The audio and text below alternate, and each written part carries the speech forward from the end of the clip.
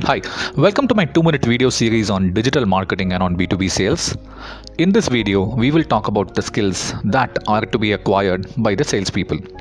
Buyers are getting more knowledgeable and are hence changing their buying behavior. So, as salespeople, we have to change too. Thanks to the internet, any salesperson can connect with any buyer in the world and can sell. This means that more competitors now have access to the same sets of buyers that was once upon a time available only to you and to a handful of competitors of yours. All websites look similar, flaunting all functionalities about the product or the capabilities and services. All salespeople say that their companies will do anything and everything. Buyers are hence suspicious with the salespeople and are also tired of the noise and the volume of the marketing and the sales campaigns aimed at them.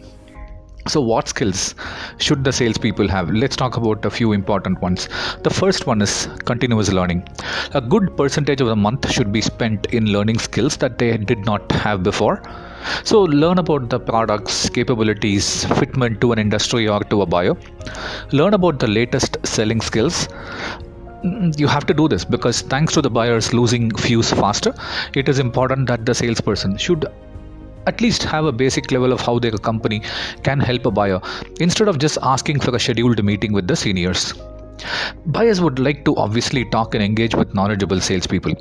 The second point, not being a knowledge giver than being a seller.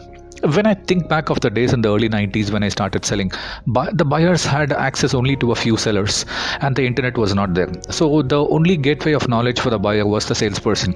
So it was important that the salesperson be aggressive and be persuasive to close. However, with the buyers having a good knowledge of the issues and the potential solutions available in the market, the cliche ABC, which used to be called as always be closing, is changing into ABC, which is always be consulting. So, move into a method of understanding the buyer's pain points, help them in solving those by giving them options and making them get confident about you. Once you do that, the buyers obviously will be happy to give you the business, or in the worst case, at least give you the first choice of rejection when they are likely to take a decision, and they would be after you to see how you can engage with you.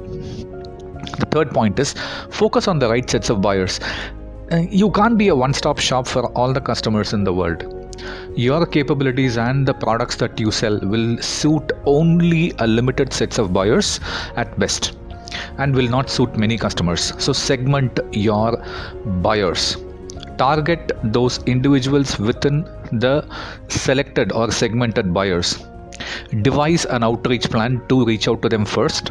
Spend time with the chosen audience. Qualify them as early as you can to optimize your time. Never focus on all the companies in your database or focus on those based on the logo or the size because you aspire to win them as logos. Fourth, be clear on articulating the value proposition. No buyer has the unlimited time and the interest to listen to your pitch on how awesome you are, your company is, and your solution is. There will be a time when you can flaunt all of those.